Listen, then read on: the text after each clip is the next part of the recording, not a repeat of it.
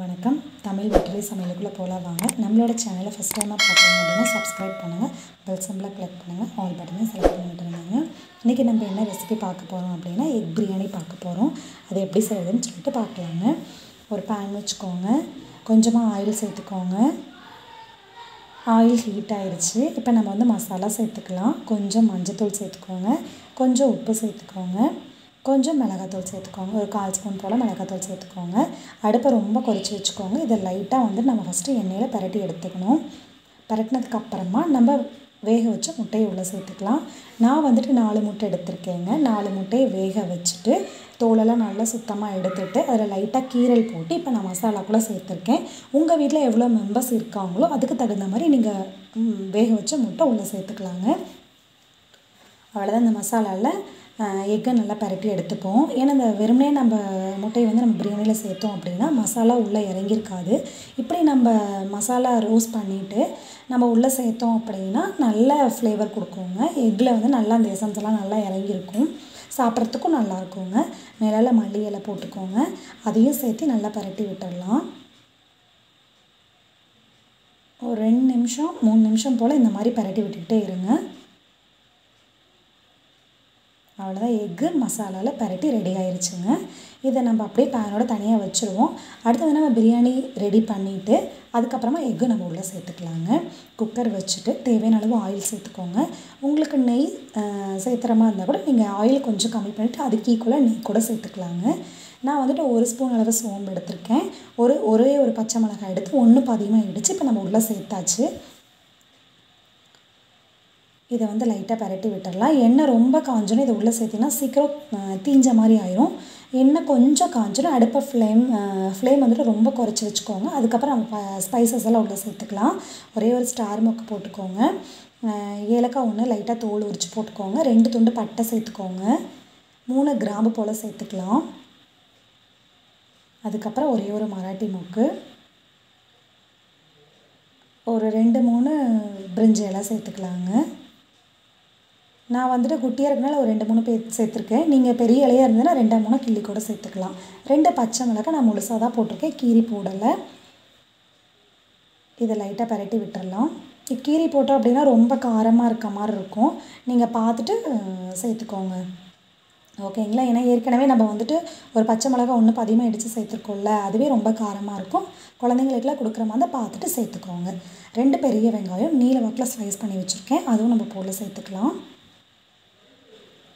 உள்ளே சேர்த்தாச்சு. இப்போ இதை நல்லா பரட்டி விட்டுறலாம் எண்ணெயிலேயே.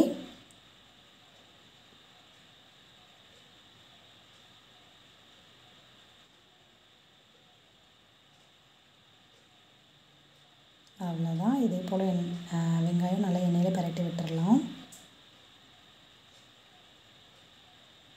பரட்டினதுக்கப்புறமா கொஞ்சம் சால்ட்டு சேர்த்துக்கலாம்.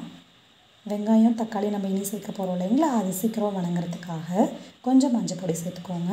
இப்போ அதை லைட்டாக நம்ம கலந்து விட்டுறலாம். வெங்காயம் குயிக்காக வந்துட்டு வணங்கிடும் நமக்கு. இதை சேர்ந்து இப்போ நல்லா கலந்து விட்டாச்சு. இப்போ நம்ம ஒரே ஒரு தக்காளி கட் பண்ணி வச்சுருக்கோம் இல்லைங்களா, அதை நம்ம உள்ளே சேர்த்துக்கலாம். அதையும் உள்ளே சேர்த்து நல்லா இப்போ கலந்து விட்டுறலாம்.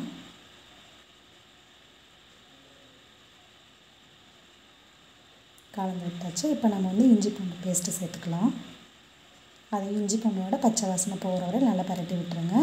கரம் மசாலா தூள் சேர்த்துக்கோங்க 1 ஸ்பூன் அளவு, தனி மிளகாத்தூள் 1 ஸ்பூன் அளவு சேர்த்துக்கோங்க. காரத்தை பார்த்துட்டு நீங்கள் சேர்த்துக்கோங்க, ஓகேங்களா? இப்போ இதை நம்ம எல்லாத்தையும் நல்லா கலந்து விட்டதுக்கப்புறமா தயிர் சேர்த்துக்க போகிறோம். தயிர் வந்து 4 ஸ்பூன் அளவு தயிர் சேர்த்துக்கோங்க. தயிர் சேர்த்தாச்சு. இப்போ தயிரையும் சேர்த்து நல்லா கலந்து விட்டுடலாம். கலந்ததுக்கப்புறமா 1 கைப்பிடி அளவு புதினா இலை சேர்த்துக்கோங்க, 1/2 கைப்பிடி அளவு மல்லி இலை சேர்த்துக்கோங்க. இப்போ இது எல்லாத்தையும் நல்லா சேர்த்து பரட்டினதுக்கப்புறமா இப்போ நம்ம உள்ளே வந்து அரிசி சேர்த்துக்க போகிறோம். நான் வந்துட்டு 1.5 டம்ளர் வந்துட்டு பாஸ்மதி அரிசி எடுத்திருக்கேன். 2-3 டைம் கழுவிட்டு 1/2 மணி நேரம் ஊற வச்சுட்டு இப்போ நம்ம தண்ணியெல்லாம் வடிச்சிட்டு இப்போ உள்ளே சேர்த்தாச்சு. இப்போ அரிசிக்கு தேவையான அளவு நம்ம தண்ணி சேர்த்துக்கலாம். 1 டம்ளர் அரிசிக்கு 1.5 டம்ளர் அளவு தண்ணிங்க. நீங்கள் எவ்வளோ அரிசி எடுக்கிறீங்க அப்படிங்கிறது அதுக்கு தகுந்த மாதிரி பார்த்துட்டு சேர்த்துக்கோங்க.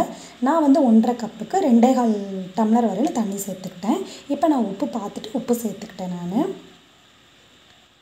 உப்பு போட்டதுக்கப்புறமா இதை லைட்டாக பரட்டி விட்டுருங்க. இப்போ இந்த மாதிரி கொதிச்சு வருது இல்லைங்களா, இந்த டைமில் அடுப்பை கொஞ்சம் குறைச்சி வச்சுட்டு லைட்டாக ஒரு பரட்டி விடுங்க. ரொம்ப அழுத்தமாக பரட்டிடாதீங்க, அரிசி உடஞ்சிரும். இப்போ நம்ம வந்து மசாலாவில் பரட்டின எக் இருக்குது இல்லைங்களா, அதை முட்டையை வந்து நம்ம இப்போ உள்ளே சேர்த்துக்கலாம். மசாலாவில் பரட்டின முட்டை நம்ம உள்ளே சேர்த்தாச்சு. அதுக்கப்புறமா மேலால் புதினா இலை, மல்லி இலை தூவிக்கலாம். தூவினதுக்கப்புறமா மூடி போட்டு வச்சிடலாம். இப்போ நம்ம அடுப்பை அதிகப்படுத்திக்கோங்க.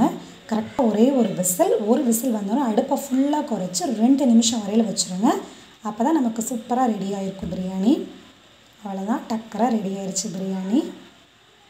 எக் பிரியாணி சூப்பராக ரெடி ஆயிடுச்சு. அரிசி பாருங்கள் நல்லா உதிரியாக இருக்குது, தண்ணியாக இல்லை, குழையும் இல்லை. நமக்கு நல்ல பிரியாணி ரெடியாக இருக்குங்க. இப்போ நம்ம வேறு ஒரு பிளேட்டில் மாற்றிக்கலாம். இது வந்து ரொம்ப ஈஸியாக குயிக்காக செஞ்சு முடிச்சிடலாம் எக் பிரியாணி. நீங்கள் இந்த ரெசிப்பியை கண்டிப்பாக வீட்டில் ட்ரை பண்ணி பாருங்கள். குழந்தைங்களுக்கு கொடுத்தீங்க அப்படின்னா ரொம்ப விரும்பி சாப்பிடுவாங்க. நமக்குமே ஆஸ் யூஷுவல் பிரியாணினா நமக்கு ரொம்ப பிடிக்கும் இல்லைங்களா, அதனால் எப்போயுமே சிக்கன் மட்டன் செய்கிறத விட இந்த மாதிரி எக்கு மஷ்ரூம் அந்த மாதிரி கொஞ்சம் டிஃப்ரெண்ட்டாக நம்ம செஞ்சோம் அப்படின்னா நல்லாயிருக்கும் சாப்பிட்றதுக்கு. இந்த ரெசிப்பியை நீங்கள் கண்டிப்பாக வீட்டில் ட்ரை பண்ணி பாருங்கள். அவ்வளோதான், நான் வந்து ஆனியன் பச்சடி செஞ்சுருக்கேங்க. இந்த ரெசிபியை கண்டிப்பாக நீங்கள் ட்ரை பண்ணி பாருங்கள். நம்மளோட சேனலுக்கு சப்ஸ்கிரைப் பண்ணுங்கள். தேங்க்யூ.